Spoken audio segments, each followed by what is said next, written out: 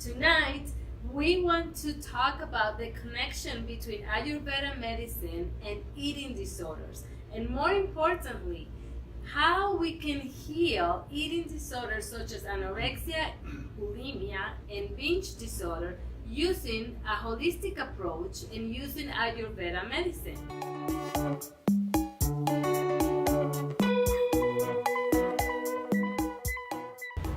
Hello everybody, how are you today? This is Anabella Life Coach here live. I'm at Flow Life Holistic Lounge in Fort Lauderdale, and I have the honor to be here interviewing Dr. Scott Keller. He's a chiropractor, doctor in natural medicine, and Ayurveda specialist. Dr. Keller, thank you. Thank you for being here. It's a pleasure, thank you. And I would like to start by asking you, what is Ayurveda? Great question. Ayurveda is a system of healing that has been in place for probably the better part of 5,000 to 10,000 years.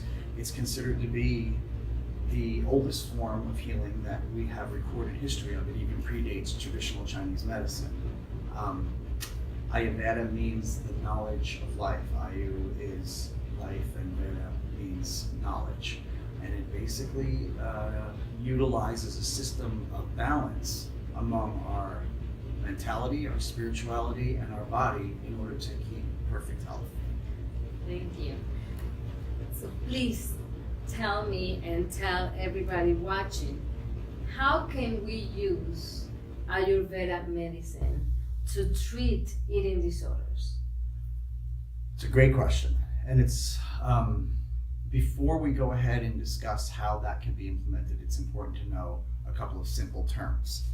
In our attempt to balance the energies in our body, we have to understand that we are all dramatically and independently different from one another in the way our bodies work and in the way they function and in the way they reduce inflammation. In Ayurvedic medicine, there are 3 types of body type, mentality type, and spiritual type. They're called Vata, Pitta, and Kapha. And in order to understand where we need to balance and where these disorders come from, it's important to identify those types of energies and what they usually entail when they're either in balance or out of balance. And it's very important that we understand that we are not just one of those body types. We're a combination of all 3. We shift and rotate these energies throughout our lives, but one of the mistakes I hear being made by people is that I'm Vata or I'm Pitta. The 3 types are Vata, Pitta, and Kapha, but you're not. You're Vata, Pitta, Kapha. In Annabella's case, she's Kapha Vata predominantly, with probably the lowest in Pitta. For myself, I'm Pitta Vata. Now, these terms may sound like a little bit of gibberish right now to you, but when we explain what that actually means, it will make more sense to you. The Vata body type traditionally is one body type that is more on the slender side, tall and narrow, and they're characterized by a certain series of mental characteristics. They tend to be a little bit more scatterbrained. They tend to have a lot of creativity. The Vata is thin and gets distracted easily. The next body type is Pitta, which I'm a good example of Pitta. Pitta is not quite as narrow and long and thin. We're a little bit more muscled, a little bit wider. We tend to have a personality type that's more driven, like a type A, and have a great deal of balance and a lot of articulation in the way we communicate. We tend to have red skin because we are governed by heat. The Vata body type is governed by wind. So when Vata is out of balance, they experience too much wind. They need to get drier and warmer. Kapha, which you have a lot of Kapha energy, but we would never say you're Kapha. We would say your Kapha appears to be high right now, or your Kapha Vata is a little bit out of balance or in balance. These things are always changing throughout the day. Kapha is the more slow moving, more reliable, long long distance enduring kind of physical energy, and brain operates by remembering almost everything, but the input of data is slower, but remembers everything. Pitta puts in data very quickly and remembers okay. Vata, out of balance, puts in information, gets it quickly, and loses it very quickly. I always say that I'm slow processing information. I take my time. When they say, okay, you have to make a decision quick, it's like, okay, hold on. I need to process the information. Absolutely. With you, we can't do anything too quickly. For me, I want everything done quickly. Pitta has the personality type of everything happening in a very paced way, but very, very efficient and quick. So with these three very general Ayurvedic types, we can now look and review each one as it pertains to certain eating disorders. Before we do that, I wanted to mention that this body typing labeling system tends to parallel what we've created here in the West. Now, this system of Ayurveda is 5,000 to 10,000 years old, and it's the oldest form of healing. And the ancient Vedics from India and the sages from that part of the far eastern part of the world had many, many, many more years to develop the specificity and accuracy of this science as compared to our American or Westernized version. I want to interrupt you 1 second and ask you, if someone is suffering from anorexia, and anorexia is an eating disorder characterized by the obsession of losing weight, the fear of gaining weight, and restricting the intake of food. Yeah. Now, it doesn't, so if I understand correctly with the body types, it wouldn't necessarily be a specific thing that we need to do with somebody who is suffering from anorexia to help them heal with Ayurveda medicine. It will depend on their body type.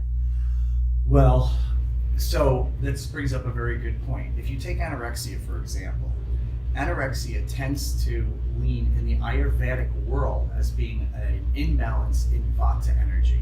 Vata, as we described earlier, is the body type that tends to be a little bit more scatterbrained, a little bit more impulsive, not well grounded, a lot of very fast activity followed by fatigue right afterwards.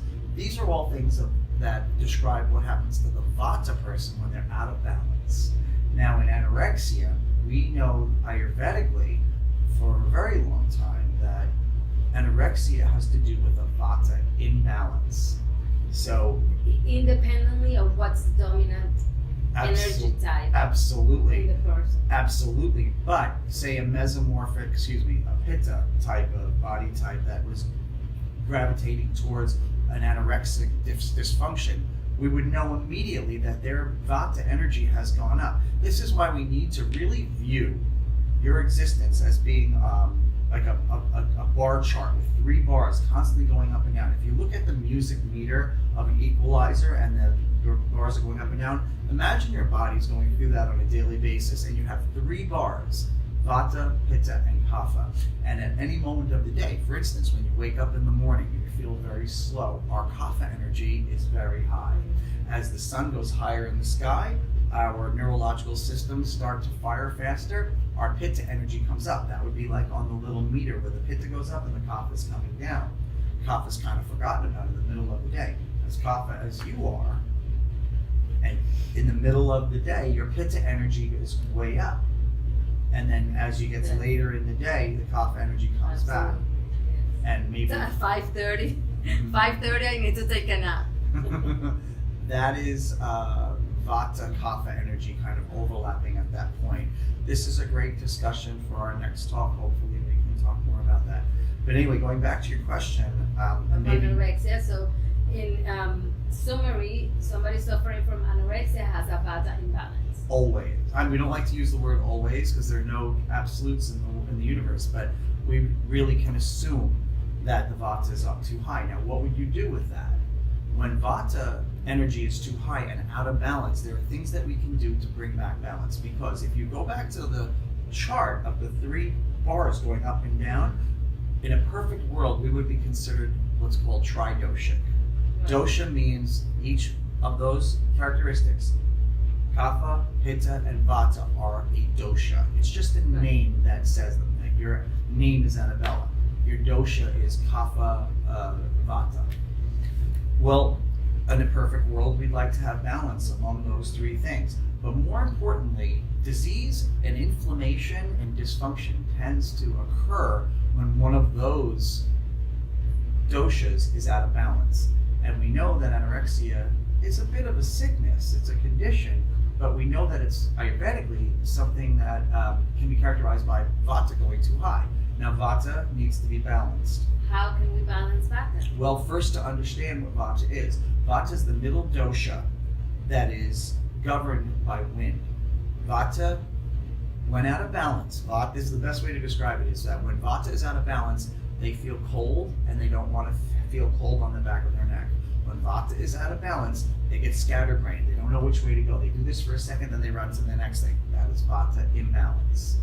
Now, if we stick with just simplistically those two things, what do we do to cure way elevated Vata, which will definitely lead to anorexia for those people who are predisposed towards it?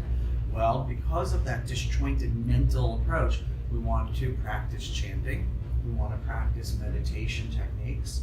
We want to use the best thing from there. It said the best thing. Oil. Definitely oil. I read just earlier that something called Lang Lang oil, which is spelled Y-L-A-N-G. Lang Lang oil is very good. But they say the best thing for Vata, and I've seen in my practice, I've been in practice 26 years and dealt with a lot of this, is to have Vata do a journal. And by journaling, they get very organized, and it cuts down on the scatterbrained type of energy that leads to them wanting to control their lives. Because as you know, anorexia is an attempt to control. But if you don't have to control your body, and you can do it through a journal and creating chance and organization in your life, which is what Vata imbalance is lacking, It makes so much sense. It's really quite perfect. It works very, very well. This is a very advanced form of healing that works great. And Dr. Keller, what about someone who is suffering from bulimia? Bulimia is equally fascinating in my opinion, and I've worked with it quite a bit. Bulimia is when there's a pitta imbalance. Pitta is that middle dosha, a little bit more muscular than the Vata type, a little bit less muscular and fleshy than the Kapha type. It's more like a middle ground. These people are driven. I tend to have a lot of Pitta energy when I'm out of balance. They are hot. They're run by heat. Heat produces imbalance. Now, the interesting thing is Pitta has the best control of digestion, ironically, of all the three doshas. And digestion is best when the body is hot. That's why Pitta has very good digestion. Now, Pitta, looking to equally control their body when out of balance, will utilize their supreme digestive control to rid and control their environment, which obviously is the purging, the refusal of food through control once again. Now, the way to help, which I assume would that be your next question? Yes, go ahead. Okay. I didn't want to jump. I didn't want There's Pitta. There's a perfect example of Pitta. I just kind of assumed, which I shouldn't do. But when Pitta is out of control, the body is too hot. It's trying too hard to control its environment and make sure that everything gets done. And just by the very act of purging, you're controlling what you're allowing in your body. Right. And so to reduce Pitta, in the case of a young person who's got too much I've seen the type a million times. They're playing multiple sports. They're in high honors classes because they are the most achievers, the highest achievers. And the refusal of food is another part of their control of being able to maintain that high level of efficiency. This is the Pitta personality to a T. Yeah. That Pitta energy is too high and is not in balance, needs to be brought down. What do we do to help reduce the Pitta and bring up the other doshas? We use cooling foods. What are cooling foods? Foods like yogurt, foods like Cucumber. is excellent. Um, Watermelon. Watermelon is okay. Watermelon is red. So typically in the Pitta diet, because colors are significant, we want to avoid colors that are red, yellow, and orange, such as orange peppers, yellow. Generally, there's a number of exceptions to the rule. As somebody who's read from watermelon occupies the ability in small amounts. This is where you really need to have an Ayurvedic specialist help you with this, because there may be a 3 or 2 or 4 ounce serving of watermelon that could help it. After that, it tends to aggravate. And the only way to do that is to start off with very small experimental amounts. So what other cooling food items we said cucumber, Yogurt. Ghee is considered, because this is an Indian science, the ancients used ghee, which we would extrapolate, I guess, over to use. Butter is okay. Milk products tend to be okay for kapha, for pitta, but not with kapha, because we're going to get to that in a minute. The kapha body type builds up phlegm and congestion very fast. Before we go to that, so to wrap up, because it's very interesting that one of the healing tips for a vata imbalance, and in this case that we're talking about eating disorder, somebody suffering from anorexia, is the oil. So it's more about the physical touch, correct? True, and also both vata and kapha need to have loving touch to know that they are supported and they're loved. But for the pitta body type, in those who are suffering from pitta imbalance, in those suffering from bulimia, we're talking about food items, things that can cool their body. There's more. In their digestive system. There are other suggestions as far as activities, like we mentioned the journaling for vata, we mentioned the meditation and the chanting. For pitta, which needs to slow also along with vata, because those two types are very similar in this regard, and there's a lot of overlap. We have to utilize meditation with pitta. We have to utilize slower vocal tones. We have to utilize movies that are joyous but not too exciting. We have to utilize neutral foods like brown rice, broccoli, maybe fish, and those on the cooling side. We have to avoid conflict. So please listen up. Stop arguing and fighting with your loved one and then with everybody. And last but not least, those people who eat compulsively or overeat. Where is the imbalance? I would assume after we talked about vata and pitta that it's a kapha imbalance. Is that correct? It's definitely consistently related to kapha. Kapha, as we know, is the third dosha, and it tends to identify people who are a little bit smaller, a tiny bit wider than the pitta or the longer vata, and definitely have a little bit more flesh on their body. These people move slower, more methodically. They're very reliable. Every dosha has wonderful things about it and things that need to be balanced that aren't so wonderful. Kapha's beauty is that they are reliable. They have great endurance. They have tremendous retention for knowledge. They are so the sweetest and least reactive, which I particularly like, because as somebody who suffers from pitta imbalances at times, I love the kapha energy, which brings my kapha up and reduces pitta. And somebody who is dealing with compulsive eating?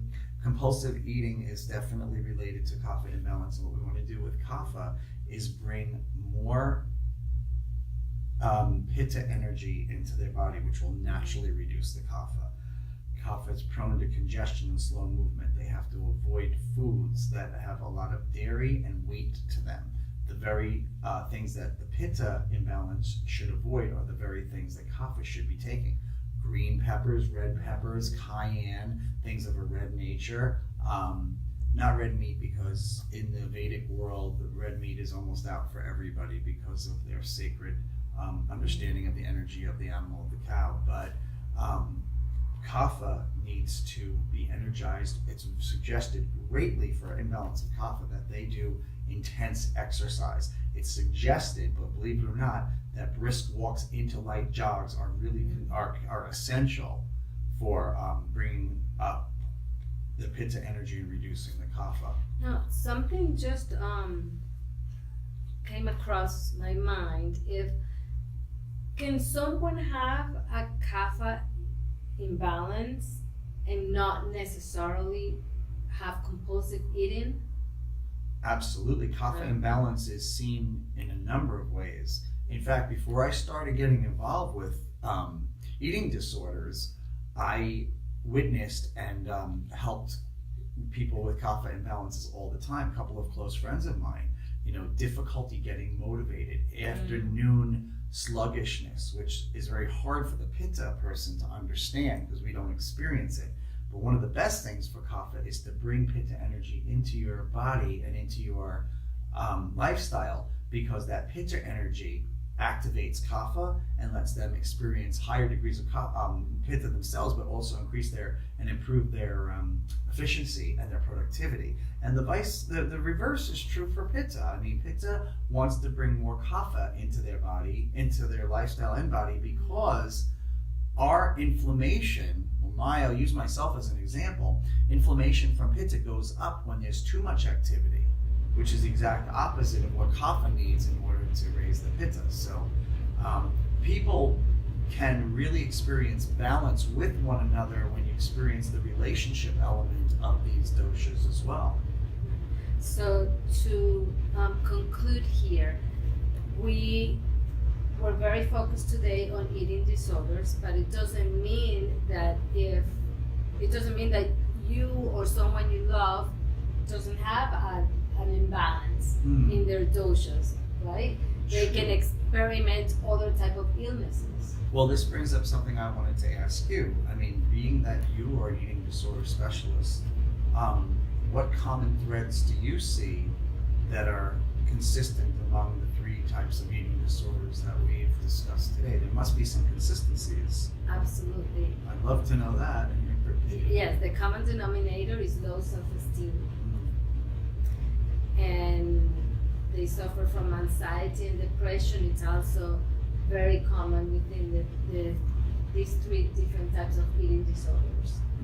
So the root, I would say, that it's common through all the eating disorders, not only anorexia, bulimia, and binge disorder, is low self-esteem.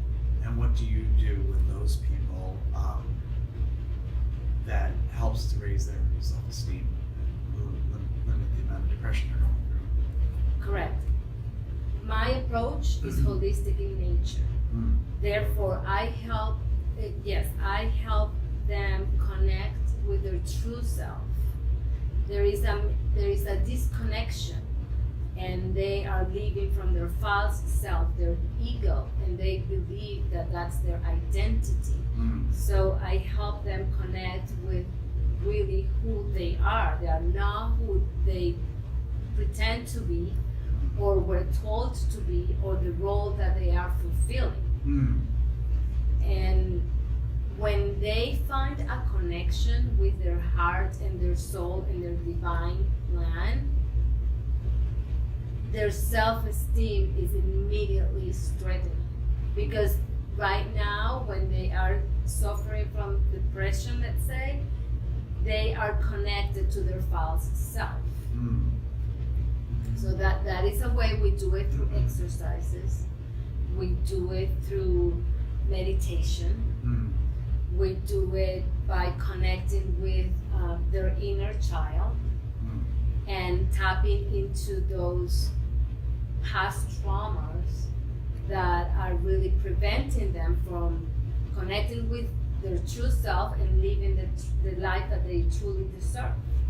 Well, I have to tell you that the people that we've worked on together have had nothing but great things to say about the productivity they've experienced by working with you. And I want to say thank you. Likewise. And thank you. Sure, thank you. So, Dr. Keller, if somebody wants to contact you, where can they reach you? On Monday, Wednesdays, and Fridays, we're seeing patients here at Flow Life, which is where we are right now. Beautiful Flow Life Crystal Lounge here in Fort Lauderdale. You can You can reach us online at info@flowlifenyc.com. You can call, my direct office number is 631-375-8702, and you can give them that number right The there. office number is 754-206-2122. And we are here in Flow Life Holistic Lounge. Please do not hesitate to pass by. If you are here in South Florida, it is amazing. I've never seen anything like this before. And the amount of crystals and beautiful merchandise that they also hold here, and vitamins, because you also have your own line of vitamins. I do. I have a number of vitamins. I would love to be able to span the camera around the store. It's interesting. And my research has revealed that crystals are being utilized for eating disorders pretty effectively.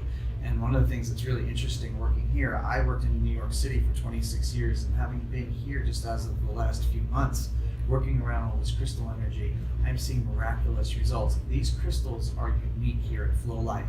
The women, Tammy and Maria, who own this store, have each and every crystal comes from a very pure source, which is something that we can't say about the way modern crystals are being cultivated in this country. They're coming from very impure sources. They're being shaded deliberately to look like something they're Well, not. I think we can make that would be a very interesting subject to talk about for our next video. We can talk about crystals and how crystals can help us heal, That would be not great. only from eating disorders, but any other type of illness. And remember, if you want to contact me, please visit my website, www. I was gonna say it in Spanish. I'm sorry. I was gonna say www.annabellacabello.com, or you can visit me in Facebook, Annabella Life Coach, or Instagram, also at Annabella Life Coach. Thank you so much for watching, and we'll see you next week. Thank you. Thank you so much, Dr. Keller. Bye.